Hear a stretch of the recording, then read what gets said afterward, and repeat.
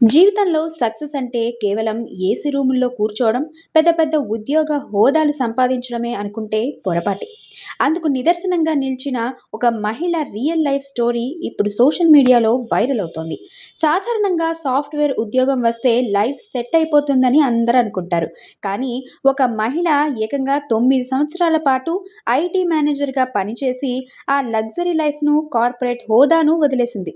Office pressure, టెన్షన్ల భారం భరించలేక ఆమె ఆ జాబ్‌కు గుడ్ బై చెప్పేసి ప్రస్తుతం సొంతంగా ఆటో నడుపుకుంటూ జీవనం సాగిస్తోంది. పురుషుల ఆధిక్యం ఎక్కువగా ఉండే ఈ ఫీల్డ్‌లో ఎంతో కాన్ఫిడెంట్‌గా ఆటో నడుపుతూ ఆమె నెలకు దాదాపు 60,000 వరకు సంపాదిస్తోంది. హోదా కంటే మనశ్శాంతే ముఖ్యమని నమ్మిన ఆమె ఇప్పుడు నేను చాలా హ్యాపీగా ఉన్నాను అంటూ గర్వంగా చెప్తోంది. సమాజం ఏమనుకుంటుందో అని ఆలోచించకుండా మనసుకు నచ్చిన పనిలో ఆనందాన్ని వెతుక్కున్న ఈమె నిజంగా ఎందరికో స్ఫూర్తిదాయకం.